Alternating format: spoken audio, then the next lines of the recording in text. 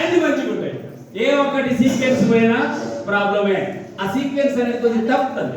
తప్పకుండా చూసుకోవాల్సిన బాధ్యత మన గోష్ఠి, మన భగవద్గీత. ఎందుకంటే మనకు అంతా తెలుసు ఈ సుప్రీం ఆర్గనైజేషన్ ఏముందనేది మొత్తం ఉంది. ఇక్కడ అంతమేంది, ఆదేంది, మధ్య ఏంది, జన్మలేంటి, సనాతనం ఏంటి, అన్ని ప్రతిదీ ఉంటుంది.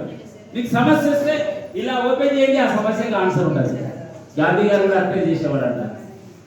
ఏదన్నా డౌట్ ఉంటే ఇలా భగవద్గీతను పట్టుకొని ఇలా ఓపెన్ చేసుకోవాలి. ఆ శ్లోకంలో ఆయనకు సంబంధించింది ఉండేదట. దాసుడికి కూడా చిన్నప్పుడు ఈ అధ్యాయంలో అయితే ఉద్యోగం వస్తుందిరా అన్నాడు ఒక ఆచార్యుడు. చదివాను, ఉద్యోగం వచ్చేసింది. విశ్వరూపం ఎట్లుందో అట్లా మా పెరుమాళ్ళు ఉర్లుగొండ పెరుమాళ్ళు దర్శనమిచ్చాడు దాసుడికి. పంచాయతీలతో దర్శనము. ఈ విభూతి యోగాన్ని కానీ ఈ యొక్క విశ్వరూప ప్రదర్శన చూస్తుంటే మా ఉర్లుగొండ గుట్ట మీద పెరుమాళ్ళు కనిపించింది నాకు విశ్వరూపంలో.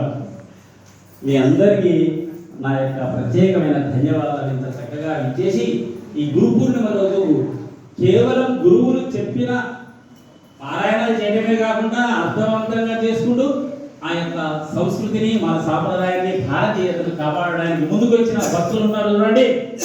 మీరందరికీ ఒకసారి చప్పట్లు కొట్టండి. జై శ్రీమన్నారాయణ, జై శ్రీమన్నారాయణ. మన గురు పరంపరకు వందనాలు.